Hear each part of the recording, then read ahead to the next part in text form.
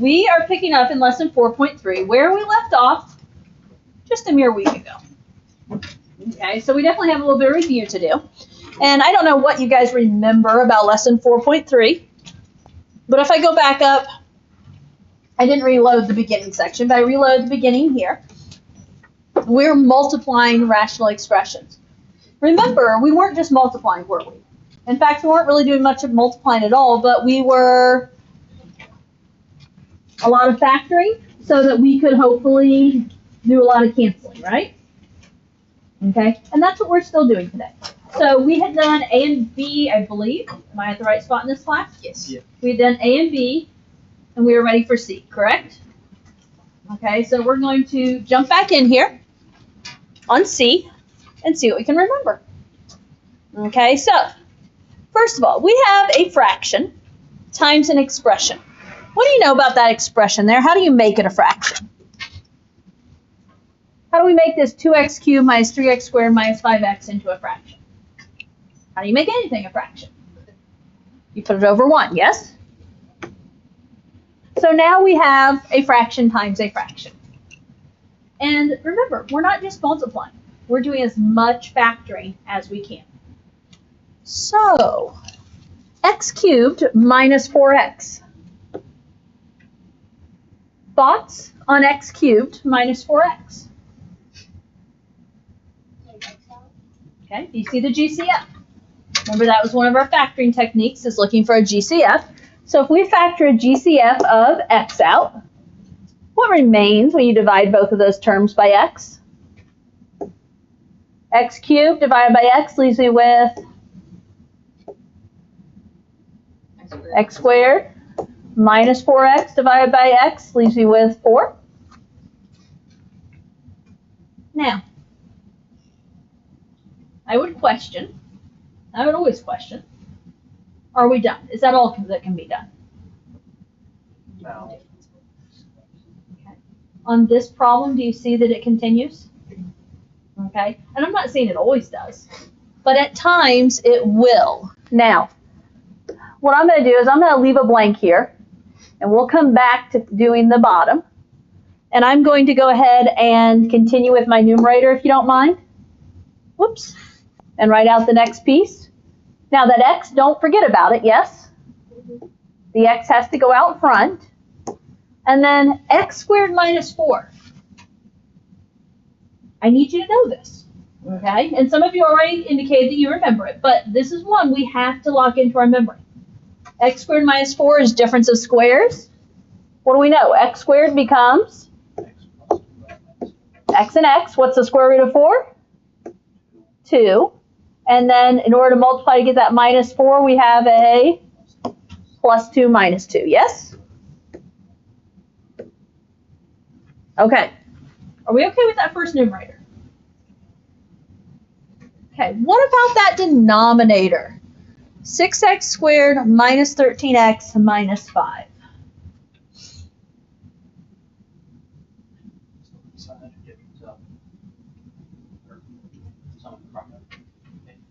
Okay, so first question I am going to ask you, is there GCF? No. 6, 13, 5, they don't have anything in common. No x's in common. So there's no GCF. It kind of looks like a product in sum problem, doesn't it? Where we could go into 2 parentheses, but what's the catch?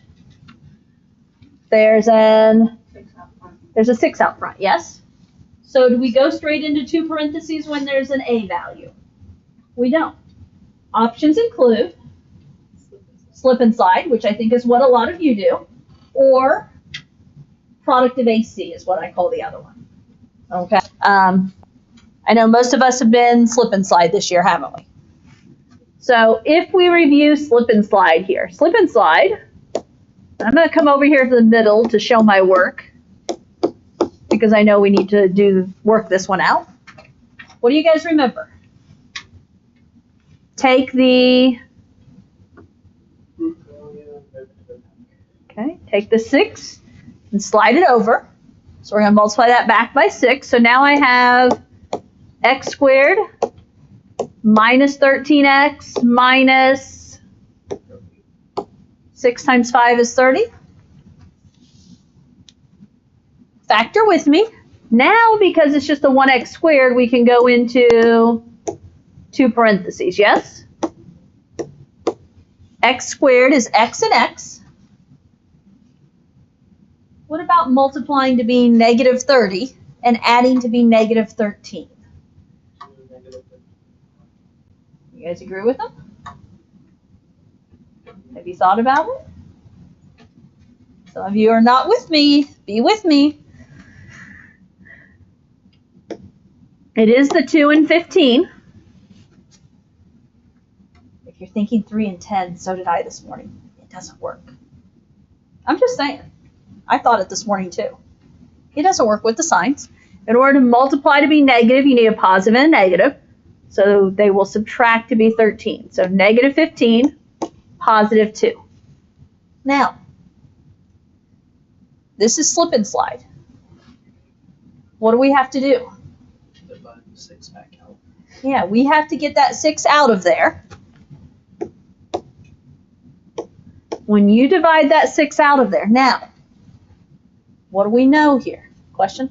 Yeah, how'd you get the 6x minus 13x minus 5? How'd you get that? Oh, the bottom. It's that right there. Okay, my fault. I didn't see it. I'm not just making up pieces. I promise it's already there. I was so confused. I was like, that wasn't any of the numbers that were there. It's the next part. Yeah. Okay. So now, what do you know about 2 sixths and 15 sixths? Do they simplify? They do. 6. Yeah. They both simplify, actually, and you need to simplify them before you slide the 6 back over. Okay? I made this mistake. I made lots of mistakes this morning, but before you slide that number back over, 2 sixths reduces to be 1/3. 15 sixths, 15 and 6 both divide by 3. And it becomes 5 halves, 5 seconds. Now, take your denominator and slide it over back out. Does that make sense? So x plus 1/3 is 3x plus 1.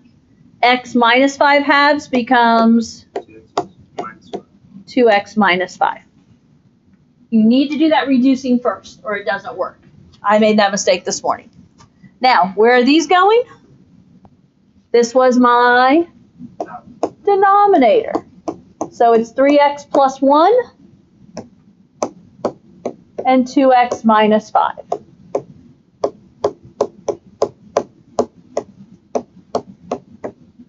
And it goes both places, right? Okay, in my step 1 and my step 2. Okay, guys. Good review of product of AC. Slip and slide. Okay. Second fraction. What about 2x cubed minus 3x squared minus 5x?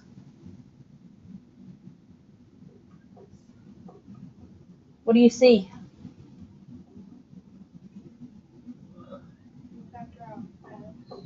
There's an x of the GCF, yes? So start by factoring the x out. If I factor the x out, 2x cubed divided by x becomes 2x squared minus 3x minus 5. And that's all over 1. Am I done with that factoring there? Possibly not, right? The x has to stay. But what about that trinomial in there? It kind of looks like a product in sum type problem, doesn't it? But there's an a value. So guess what we're going to do? We're going to try and slip and slide again. Okay. This time, I'm going to use the 2x squared minus 3x minus 5. And I'm going to slip and slide with that. So, okay, you've had your review. You know what you're doing? Bring the 2 over to the bottom. Slide the 2 over. So x squared minus 3x. 2 times 5 makes it minus 10. Split it up into 2 parentheses. X squared is x and x. How do you multiply to be negative 10 and add to be negative 3? Negative 5 and positive 2. Okay. Negative 5, positive 2. What can you not forget to do? Oh, divide by... Do a slip and slide, so divide the 2 back out. When you divide the 2 back out, x minus 5 halves. 2x minus 5. 2x minus 5. And x plus 2 over 2? X plus 1. X plus 1. Okay, guys. This goes over my numerator. Don't forget, you should have the x out front, yes? And then the 2x minus 5. And the x plus 1. All over 1.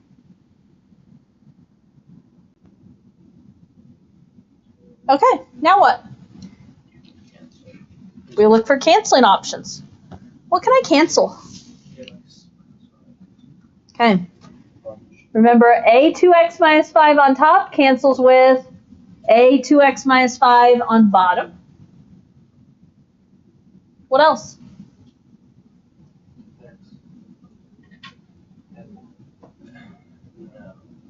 But are x and 1 the same thing? They would not cancel. What else? I did say what else. Trying Oh, to the lead X you is into a outside trap. the parenthesis? No. Are those canceled? No. No. No. There's Why not? I give up. Because they're There's nothing else that cancels. As I said, trying to lead you into a trap when I ask what else. Never mind. Okay? Now, all good things to point out, though, because I have had all the same things brought up in other classes. X and 1. No, they don't cancel. And x has to cancel with another x. The only other x is on top. Can we cancel on top and on top? No, it has to be a top and a bottom. I had someone this morning ask, can you cancel x plus 1 with 3x plus 1? No. No, they have to be identical, folks. So, only one thing cancels. Now, good news is, when we multiply these fractions, do we really multiply? You just write them all together. Okay? So, when we multiply these fractions, we get to leave them in factored form. Now, there's one cleanup piece I would do. On top, we have x times x, which becomes x to the second. And then I'm going to have an x plus 2, an x minus 2, and an x plus 1. All over a 3x plus 1. As I said, good news, you don't have to multiply anything back together. You get to leave it in factored form. It's expected that you leave it in factored form. Okay? Now, I don't know if you have room or not, but there's one other technical piece to this. Remember, we were doing our restrictions on the variable. Do you remember anything about restrictions? All the pieces that you cancel. Okay. Restrictions happen any place the denominator could equal 0. So you're going to take every factor that was ever in your denominator, or still is in your denominator, and you're going to set your denominator equal to 0. So what pieces am I setting equal to 0 here? 3x plus 1. We're going to set 3x plus 1 equal to 0. What else? And 2x minus 5 equal to 0. Anything else in my denominator ever? No. A 1's not going to, you don't need to set a number equal to 0. That's not going to do anything for you. Okay, do I need to solve these out, or can you solve these in your head? 3x plus 1 equals 0. If you subtract 1 and divide by 3, x cannot equal negative 1/3. If I add 5 and divide by 2, x cannot equal 5 halves.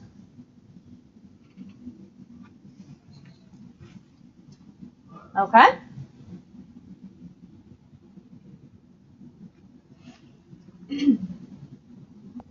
Okay, guys. That one had a lot to it, didn't it? Are they all going to have a lot like that? No. Hopefully not. No, well, they're not. That one just, we had lots of slip and slide in there to do. Okay, you ready to try D?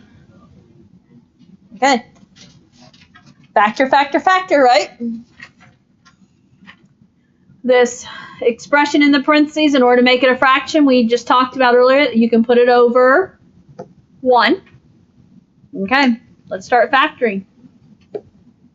What about x squared plus x plus 10? Any GCF?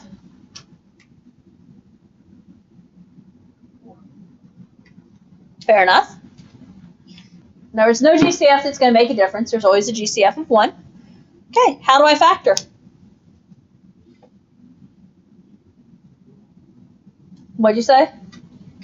You don't? Why not? Are you saying there's a problem? What do we... The factoring we assume we're trying to do is what? Product and sum. Multiplying to get a product of 10, adding to have a sum of 1. Is that happening? No. Your product of 10 is 1 and 10 or 2 and 5. Neither of which are give you 1. So guess what? It doesn't factor. It stays as is. It stays x squared plus x plus 10. Slide it in parentheses. Yeah. Well, when we get to our answer, it will have to go in parentheses if it doesn't cancel out. Okay. So as the numerator on the fraction, I don't necessarily have to have a parentheses right now, but I will for my answer if there's anything being multiplied by it. Okay. What about the denominator? What about x squared minus 49?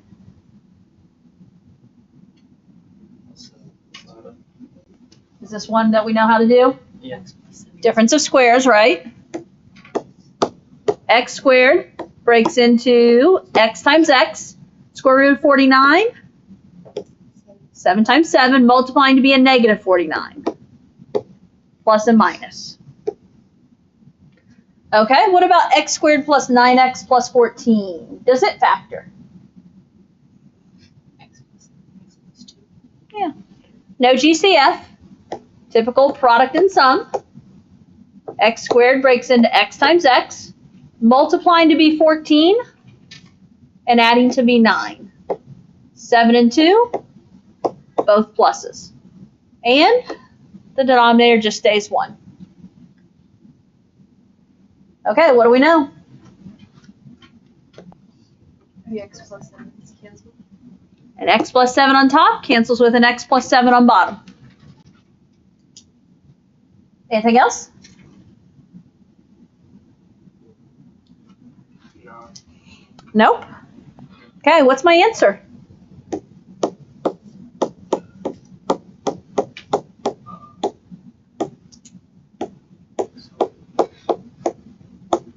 X squared plus x plus 10 times x plus 2 all over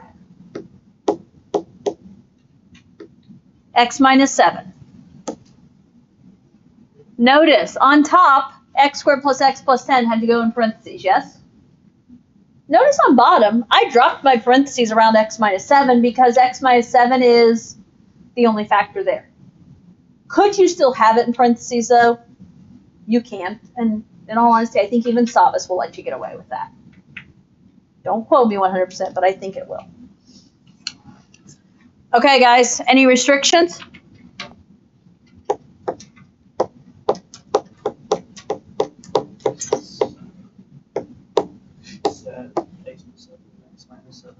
Yeah. My two denominator factors were the x plus 7 and the x minus 7, and so we know that x cannot equal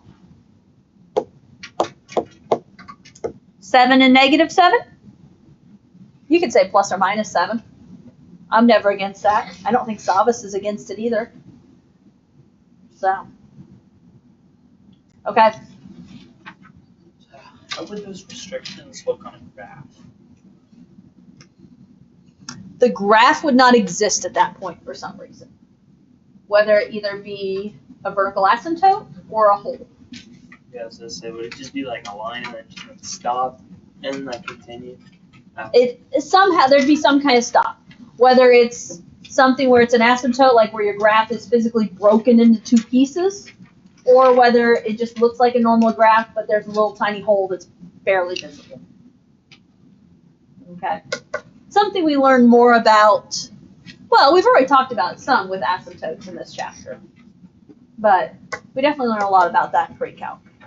So, trying to think if we talked about any more this year or not. I don't remember. Okay, guys, what's the back page of notes? Dividing. We just multiplied. Now we got to divide. Now, I'm going to argue you already know how to what are we trying to do? You already know how to multiply, because we did that in the front. We're getting ready to divide. You already know how to divide. I need 3 words from you. How do we divide fractions? Keep, change, flip. Now, as the math teacher, I have to officially get out there, multiply by the reciprocal, because that's the official mathematical language there. Okay, I have to throw that out there. What's the shortcut you guys have learned over the years? Keep, change, flip. There's your 3 words. Keep, change, flip. Okay, so in order to divide fractions, we're going to multiply by the reciprocal, or keep, change, flip. Whichever way your brain works. As I said, I don't feel like I'm being a responsible math teacher if I don't throw out multiply by the reciprocal. It's true. You know. You get to college, I don't know that they want to hear keep, change, flip. Maybe they do. I don't know. Okay, guys. We have a fraction divided by a fraction. So officially, I'm going to do my keep, change, flip first, and then we're just going to treat it as a multiplication problem. We'll do all of our factoring. Some of you may want to keep, change, flip, and factor at the same time. I'm not going to do that up here, but you can. So keep, what's keep mean? Keep says we're going to keep the first fraction as is.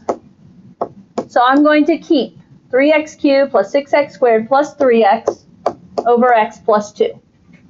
What's change say? We're going to change division to multiplication. What's flip say?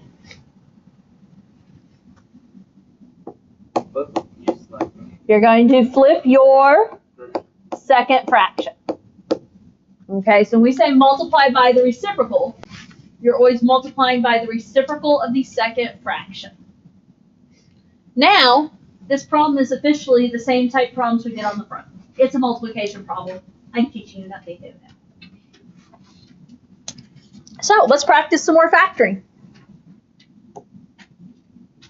I guess hang with me until we get to restrictions. There is a tad bit new there, but okay. What about 3x cubed plus 6x squared plus 3x?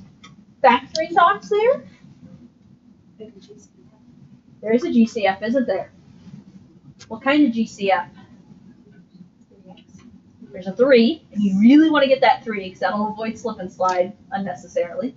And there's an x. So let's factor out a 3x.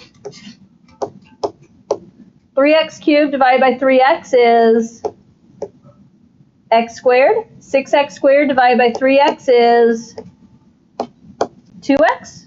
3x divided by 3x is 1. Am I done in that numerator? Not quite. If I leave a blank and come back, we have the 3x out front. What are we thinking x squared plus 2x plus 1 is going to do? Yeah. Product and sum, yes. It can factor into 2 parentheses. x squared breaks into x times x. If you're trying to multiply to be 1, it's 1 times 1. Does it work for adding to be 2? It does. Plus 1, plus 1. Okay. First numerator, check. First denominator. What about the denominator x plus 2? X plus 2. It just stays x plus 2. So write your denominator in both places. Okay, second fraction. We now have an x plus 2 on top. Does that factor? No. X plus 2 is just x plus 2. No GC up there. Okay, what about our new denominator? X squared plus x. What do you notice about x squared and x? You can take out x. They both have an x in common, right? Think GCF. So if I factor an x out, x squared divided by x is x. X divided by x is 1. plus 1. I don't have any more factoring to do. I just need to recopy this fraction. It's x plus 2 on top. It's x and x plus 1 on bottom. And some canceling. X plus 1. Oh, 1 x plus 1. X plus 1. Okay. 1x plus 1 on top cancels with 1x plus 1 on bottom. And X plus 2. 1x plus 2 on top cancels with 1x plus 2 on bottom. And Do the x's cancel? okay, this 3x up here, guys, think of it. 3x is the same as saying 3 times x. 3 times x, well, this x can cancel with this x. So you leave the 3 behind, but you are canceling x with x. Okay? So that is another canceling we can do. So what remains? 3x plus 1. There's a 3, an x plus 1. What remains on bottom? A 1. Which better off written, this is just 3 times the quantity, x plus 1. Don't put the 1 in there. Savas won't like the 1. Okay, guys, you got the basics? Now, it does ask for restrictions again.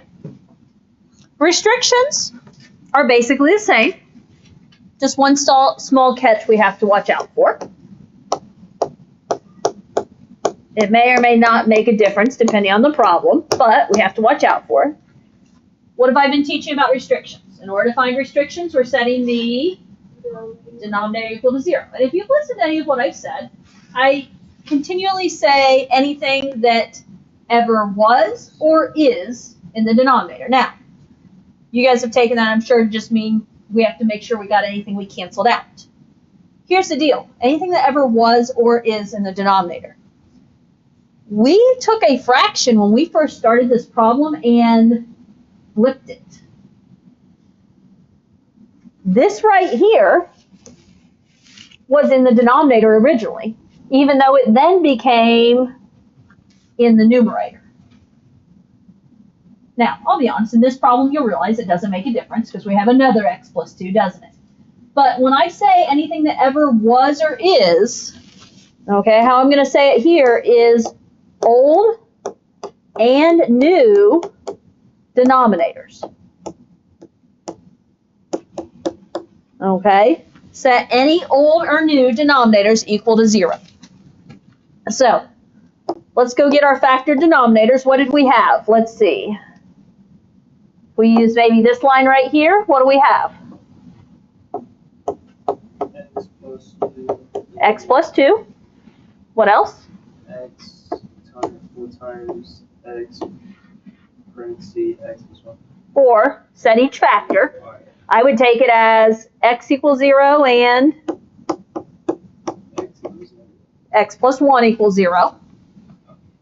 Okay. Now, officially, that's all of my denominators once we factored them, right?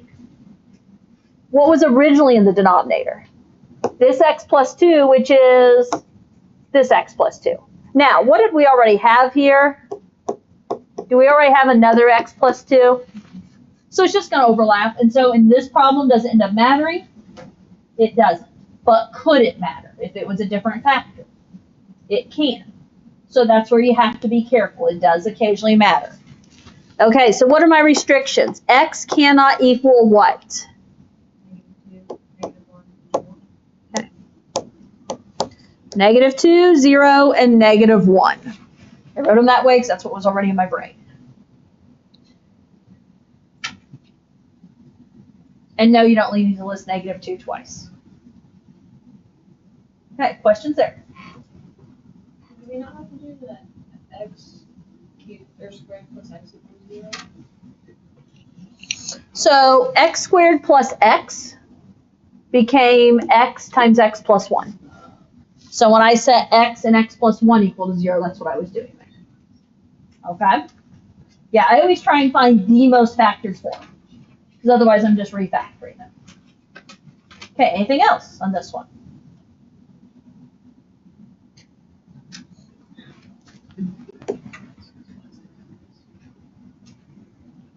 Okay, we ready for B? What type of problem is B? It's a division.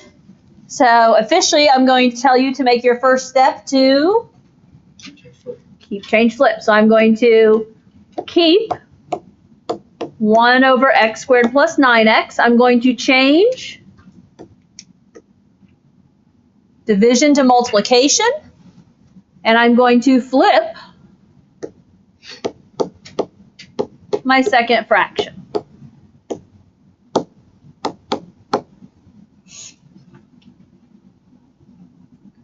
Okay, have you started factoring without me?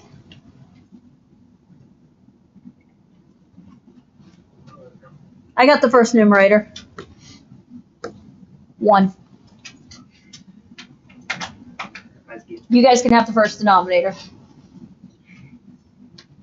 What about x squared plus 9x? Leave it, right? No. Not leave it. What? I thought you just leave it because it's like Take out next. 9x. How about a GCF Well, of x? So we're going to factor out GCF of x. What remains after I divide both of those terms by x? x plus 9. X plus 9. Okay? I'll let you have this numerator here. 3x. 3x squared minus 18x. They both have a 3. They both have an x. So GCF of 3x. When we divide 3x squared divided by 3x is x. Minus 18x divided by 3x. Minus 6. Minus 6. I'm going to take the 6 minus x. There's a catch. Now, that looks really, really close to x minus 6. But is it x minus 6? Basically. Okay, so, side note here. You can cancel it. I think. Can't cancel it quite yet. 6 minus x is what we currently have. Okay, if I reverse this, it's what kind of x Negative and what kind of 6? plus 5. So officially, it's negative x plus 6, But if you, which is not the same. you gotta put equal to No, we're not trying to solve it. We're just trying to factor it. What can I factor out of this that'll make life helpful? negative. Remember, I always talk about anytime that first term is negative, or the x term is negative, factor out negative. So if you factor out -1, negative x becomes positive x, and plus 6 becomes minus 6. Now, Ah, is that helpful? Yeah, so I'm going to put -1 times x minus 6. So my point is, when something's backwards, or when that x term is negative, you probably want to factor out negative to make life better. Okay, does some stuff cancel? Yeah. Yeah, what cancels? x minus 6. X minus 6 cancels with x minus 6. The x. 1 next to x plus 9 Yeah. next to 3. Right here, 3 times x, you can cancel the 3 or the x separately because they're multiplying. So x cancels with x. 1. 1 and 1 cancel. Negative 1 and 1. Yeah, but when 1 and 1 cancel, they're still there. I mean, Oh, yeah. they're still, yeah, they cancel, but we still need the negative. So what remains here? We have the 3. 3 on top. On bottom, I have negative and the factor x plus 9. Oh, I thought you were talking about the right one. Oh, Okay. you're talking about both. I was putting them both together. Like putting it all together, what remains. So you could write it as that. I would take it as that. You could also write it as, you could move the negative up top and say negative 3 over x plus 9.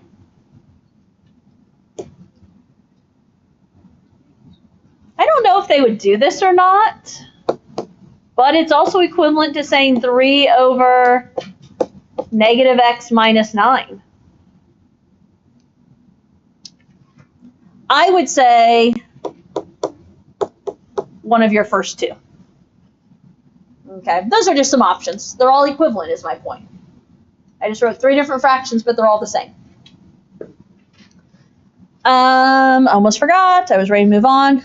Restrictions. Are there any? Yes. Of course. We're working with fractions. Restrictions. Denominators equal to 0. Okay, what do you see for me?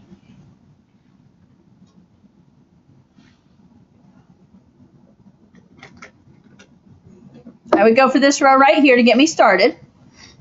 Because x squared plus 9x becomes what?